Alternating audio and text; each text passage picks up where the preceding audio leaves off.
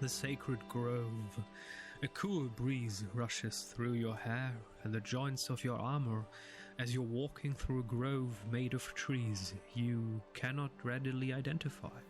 Soon you arrive at the clearing. The trees surrounding this place are marked with a peculiar paint.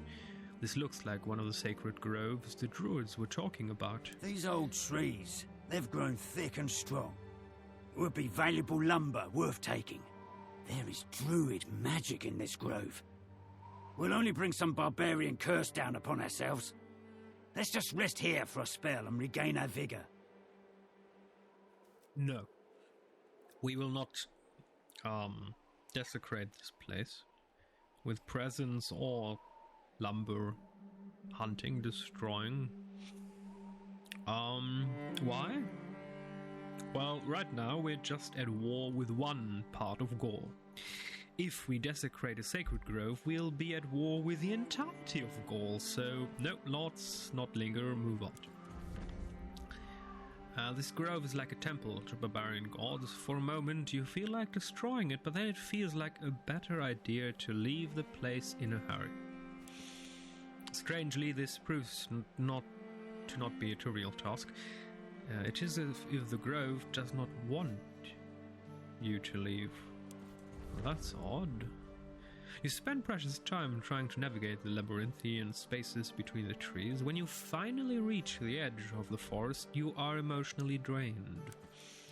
This reminds me a bit of the story when Frodo in the books, Lord of the Rings, the books, one of the 6 books. I'm not sure if you're aware, but there are not 3 books, there are 6 books. But when Tolkien released his books, 2 books were coupled together into one issue, you could say. So there are 6 books, but 3 issues. So that's when you know the Lord of the Rings is 3 books, but it's not. There are 6 books. But factually, one book contains 2. You could also call it big chapters. You could say there are 6 main chapters in Lord of the Rings, but Tolkien called them books. And in the first book, when Frodo set out to flee from the Nazgûl that invaded the Auenland, or the Shire,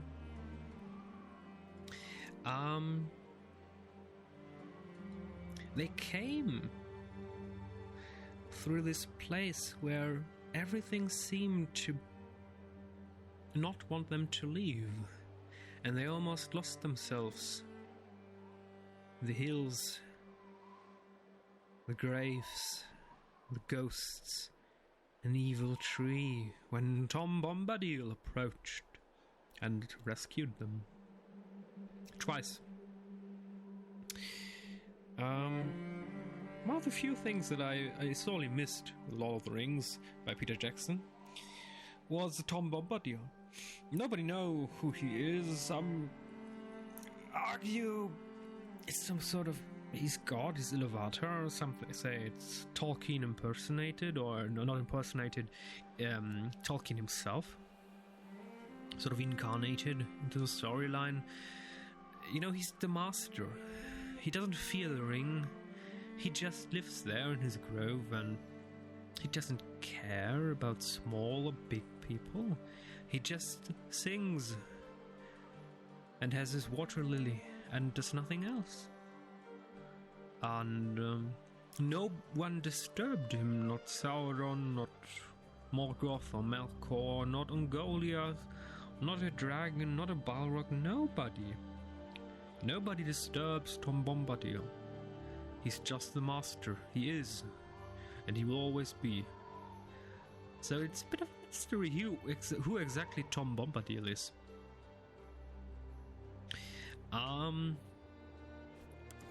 End the dialogue.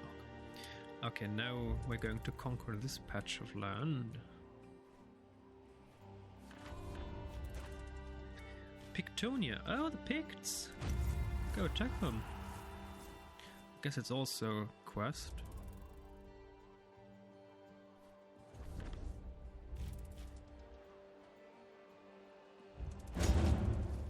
Legio Victrix attacks Arvenia army. What? The Arvenia are the picked area? It can't be right. Scale Mario's front. How do you wish to deploy? Bring in a wedge. Let's destroy their morale. Battle is joined. How shall we proceed? I want... Oh, minus 30 morale.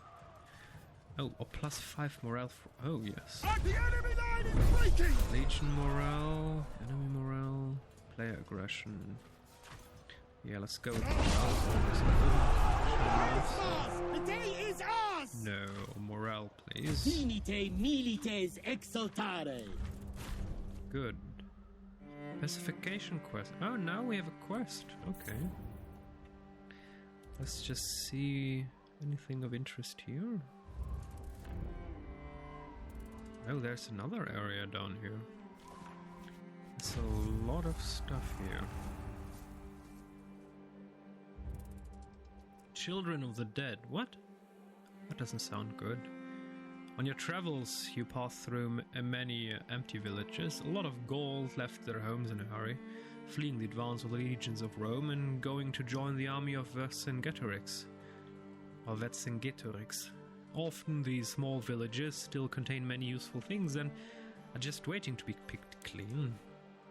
As you dismount outside one such village and enter it cautiously on foot, a dozen or more small children suddenly surround you. They brandish makeshift spears towards you and your Praetorians and ask you to leave. Well, they're children. We're not going to kill children. We mean you no harm, children. I mean, you have to be cautiously. They can still hurt, harm, maybe even kill you if you're not cautious enough, but we're certainly not going to be the aggressors here. We mean you no harm. Do any of you understand my words?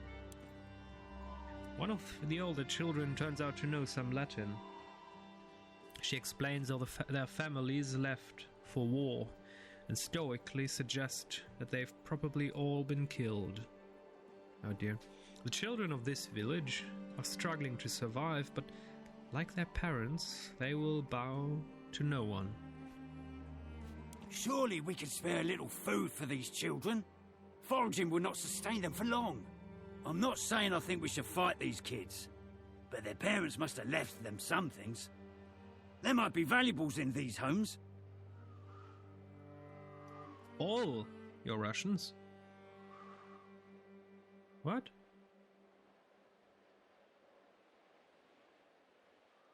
What? Can't give them all our rations. Can we? Should I?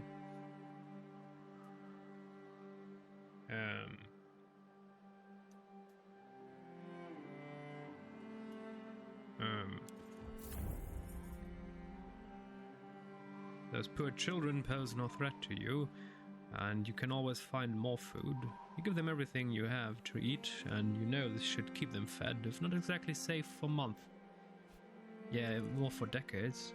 I mean, there was enough rations to feed an entire army for months. The orphans accept your gift with some initial hesitation, but then eagerly. Then they scatter back into the empty village as quickly as they appeared. Well, sometimes the right thing to do costs you. There's nothing you can do about it.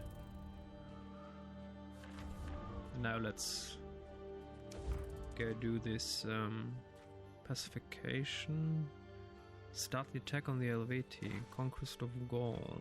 13 regions. Okay, let's go talk to our Primus Pilus. Pacification. The Greek camp. Greek. That's odd.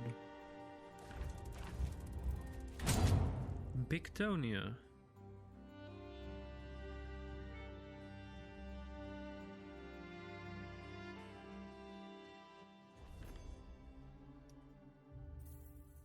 I mean, what's certainly falsely or wrongly depicted is the fact that, at least as far as I know, back in the days, permanent tattoos weren't readily available, or people didn't know how to make them.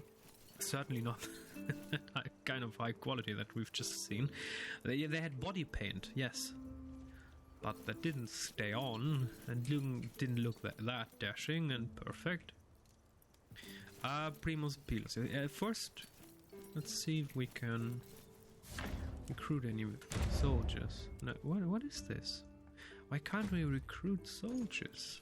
Salve, Domine. Maybe because they're just injured. Maybe. Well, let's talk to our Primus Pilos. Magister, what is art? A very simple question with an easy answer. It is Salve, once again Domine. all about knowing causes. An ordinary man makes memories. They merely witness things.